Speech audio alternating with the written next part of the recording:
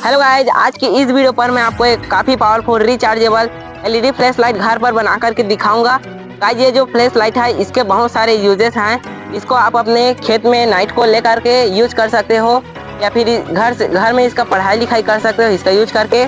और घर में लाइट वगैरह चली जाती है तो पर भी इसका यूज कर सकते हो। और इसको बनाना बहुत ही ज़्यादा इजी है। कैसे बनाना है सारा डिटेल अपने वीडियो में है, तो वीडियो को पूरा देखना। और वीडियो अगर पसंद आए तो वीडियो को लाइक करके चैनल को सब्सक्राइब कर देना। चलिए वीडियो को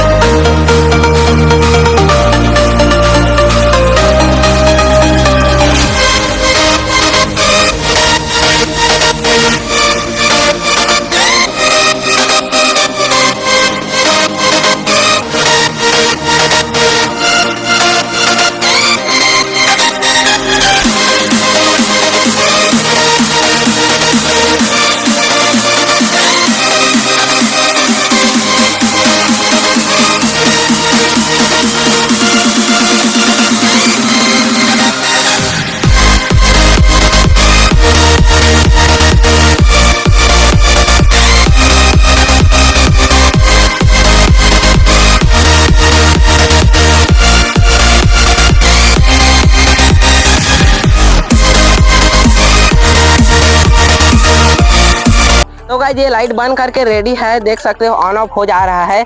और इसको चार्जिंग करके बताते हैं, फिर जैसे ही नाइट होगा तो इसका यूज करके बताएंगे। तो फिर चलो इसको फटाफट से चार्जिंग वगैरह करके देख लेते हैं। तो गाइस इसको चार्जिंग करना बहुत ही ज्यादा इजी है। सिंपली यहाँ पर देख सकते हो एक टाइप सी पोर्ट दिया हुआ है, इसी में आपने टाइप सी कनेक्टर वाला कनेक्टर को फिट कर देंगे और बोर्ड के स्विच को ऑन कर देंगे। तो यहाँ पर ना रेड लाइट जलने लगेगा, इसका मतलब ये अभी फुल चार्ज नहीं हुआ है। इसको ऐसे ही रख देंगे, थोड़ा टाइम के बाद ये फुल चार्जिंग हो जाएगा।